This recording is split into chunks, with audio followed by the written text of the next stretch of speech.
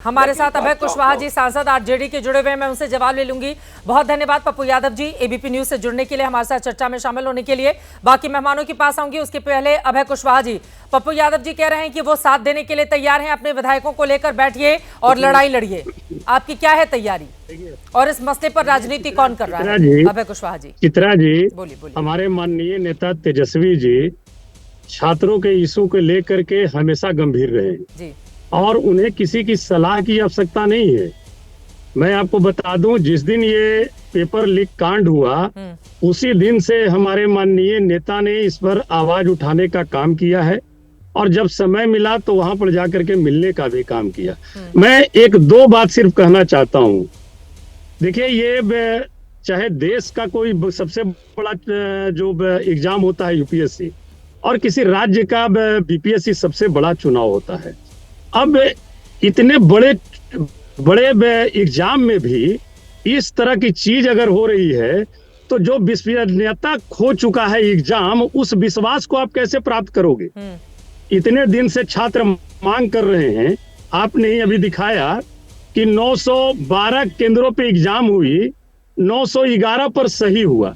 ये आप कैसे जज कर रहे हैं? वहां पर बहुत सारे प्रश्न ऐसे हैं जो समानता के रूप में है।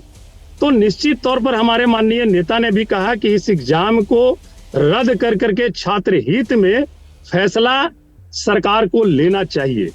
ये निश्चित तौर पर छात्र हित में सरकार को दोबारा इसका एग्जाम लेना चाहिए, ये मेरा मांग है और इसी मांग को हमारे माननीय नेता ने भी रखा है।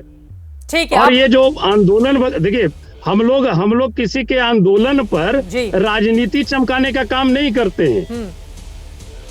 अब राजनीति चमकाने का काम कौन कर रहा है? आपने सवाल उठाए हैं, आप हमारे साथ बने रहें, बाकी मेहमान हैं, एक एक टिप्पणी ले लेती हूँ। प्रदीप भंडारी जी, ये छात्रों का आंदोलन एनडीए सरकार के लिए गले की फांस न बन जाए आप लोगों के लिए। आप देख रहे हैं कि छात्र किस तरह से आंदोलन कर रहे हैं, इतने ठंडे रात में उनके ऊपर पानी की बौछार की जा रही है, फिर लाठी डंडे बरसा दिए जा रहे हैं। छात्रों के साथ इस तरह का सलूक करेंगे आप लोग?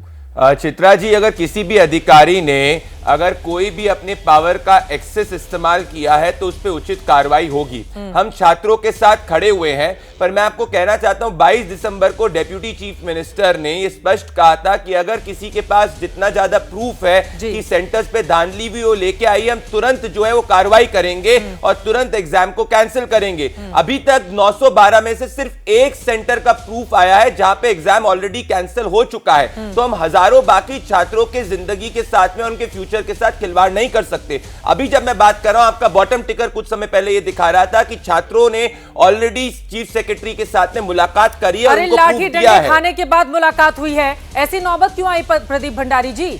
छात्रों के ऊपर आप लाठीचार्ज करेंगे, फिर चीफ सेक्रेटरी कहेंगे जाइए मिल लीजिए, ये कोई बात होती है? जब बिहार से निकलकर दिल्ली तक आंदोलन आ पहुंचा है तब तो जाकर आप लोगों ने मुलाकात की। चित्रा जी, देखिए, जो हमारा विपक्षी दल है वो ये लोग हैं जो करोड़ों की जमीन 1-2 लाख के उसमें लिया करते थे, और झारखंड के अंदर जिन लोग ने छात्रों के ऊपर लाठी चढ़ाई थी। हम वापस से कह रहे हैं, अगर किसी भी अधिकारी ने कोई भी एक्सेस जो है अपनी पावर का इस्तेमाल किया, ये छात्र फ्रेंडली सरकार है, ये तुरंत उस पर कार्रवाई करेगी। ये मैं आपको आश्वस्त करना चाहता हूं। पर तेजस्वी यादव, जिनके समय में सिपाही भर्ती घोटाला हुआ था, जिनके समय में सीजीएल पेपर घोटाला हुआ था, आज वो छात्रों को मोहरा बना के अपनी राजनीति चमकाने का प्रयास क्यों कर रहे हैं? ये सबसे दुखद बात। अरे पहले तो अपनी पुलिस को समझाइए। आप देख रहे हैं छात्रों के साथ किस तरह का सलूक हो रहा है। वो छात्र पढ़ाई करें कि आंदोलन करें, जिस उम्र में उनको पढ़ाई करनी चाहिए, अपने एग्जाम की तैयारी करनी चाहिए, अपना करियर बनाना चाहिए, उस समय वो सरकार से भिड़ेंगे, वो तैयारी कैसे करेंगे? वैसे ही आप सोचिए कि उनका भविष्य कहाँ जाएगा। लेकिन मैं आपके पास आऊंगी, आनंद मिश्रा जी, 10 सेकंड में अगर कोई भी छात्र को लगता है कि किसी भी पुलिस वाले ने कोई भी गलत कार्य करा है, वो तुरंत एफआईआर करे, एक्शन हम लेंगे। ये क्या बात हुई? आपको तस्वीरें दिखा देती हूँ, आप खुद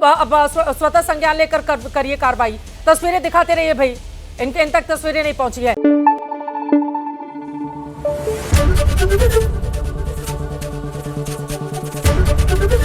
एबीपी न्यूज आपको रखे आगे।